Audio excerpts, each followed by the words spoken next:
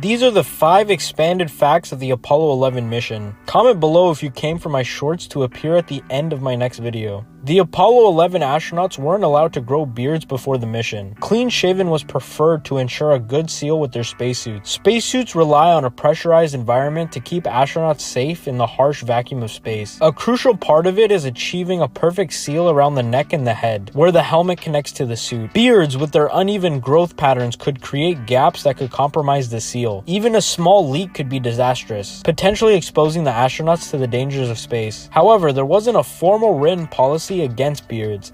NASA just strongly encouraged astronauts to be clean shaven for the missions. During the lunar landing, the lunar module fuel gauge dipped critically low. With low amount of fuel remaining, Neil Armstrong was able to find a safe landing spot. The planned landing zone had proven too rough and unsafe. Armstrong was forced to take manual control and maneuver the lunar module to find a smoother area, burning extra fuel in the process. Neil Armstrong's piloting skills were important in this situation. His ability to take manual control and find a landing spot while managing fuel consumption was a major factor in the successful lunar landing. Post-flight analysis suggests Neil Armstrong likely had around 45 seconds of usable fuel remaining when the Eagle touched down. This was tight on margins, but it's not as dramatic. While Michael Collins remained in the command module orbiting the moon, Armstrong and Aldrin slept on the lunar surface. Their bed was simply straps attached to the lunar lander walls. The lunar module wasn't designed for long-term habitation. Space was tight and there was no dedicated sleeping quarters. Instead, they relied on a system of restraints mounted on the walls of the LM. These weren't exactly beds, but rather straps that could be adjusted to provide some level of support